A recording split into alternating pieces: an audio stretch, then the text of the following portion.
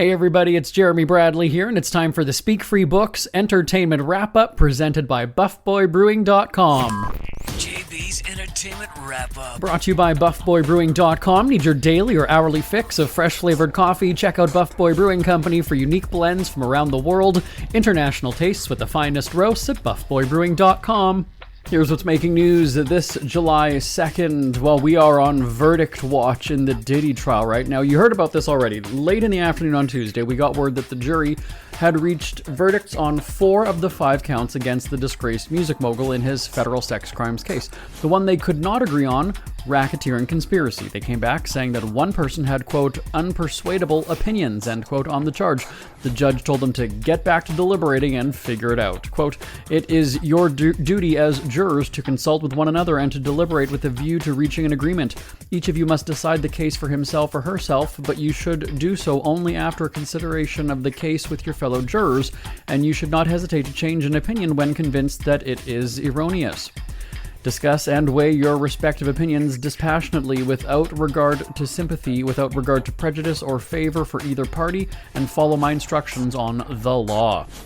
In the end, the jury decided shortly after that instruction that they were calling it a day. The trial wrapped up, well, it's actually been wrapping up at about 5 p.m. most days anyway, and so it sounds like the jury wanted to stick to that schedule. So, the jury continues deliberations on the racketeering charge this morning. The racketeering conspiracy charge carries the heaviest penalty with a maximum sentence of life in prison, and then just a reminder that the other counts include sex trafficking by force, fraud or coercion, transportation to engage in prostitution, and then he's got 2 of each of those charges against him. The trafficking by force charge has a minimum sentence of 15 years to a maximum of life in prison, and for the transportation charge, that carries a maximum of 10 years. Now, let's shift gears, though, to other sex talk, and Keith Urban was not having it. It happened during a radio interview with a show called Haley and Max in the Morning. The host set up a question that they called very tricky, deeply personal, and so they let him have it. Quote, what does Keith Urban think when he sees his beautiful wife with beautiful younger men like Zac Efron having these beautiful love scenes on TV? Referring to Netflix's A Family Affair that Efron and Urban's wife, Nicole Kidman, starred in last year. Turns out Urban appeared to hang up on the Zoom call right after the question. He disappeared, and a producer said Urban's team, quote, disconnected from Zoom. I think his team hung up on us because they didn't want us to ask that question. The host joined in on the speculation with one saying he doesn't like talking about his wife, and the other said, does Keith Urban hate us? Do we have beef with Keith Urban? Beef with Keith Urban.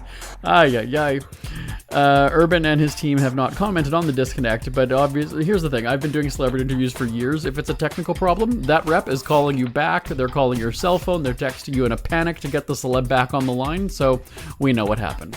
That's Check of Your Celeb Headlines for this Wednesday, July 2nd. I'm back tomorrow, but maybe even later today, depending on the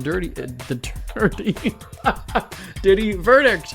Well, one and the same, isn't it? I will talk to you next time on the Speak Free Books Entertainment Wrap-Up presented by BuffBoyBrewing.com. Till next time, I'm Jeremy Bradley. For a great cup of joe, there's one thing you should know. Your morning brew can also be playful.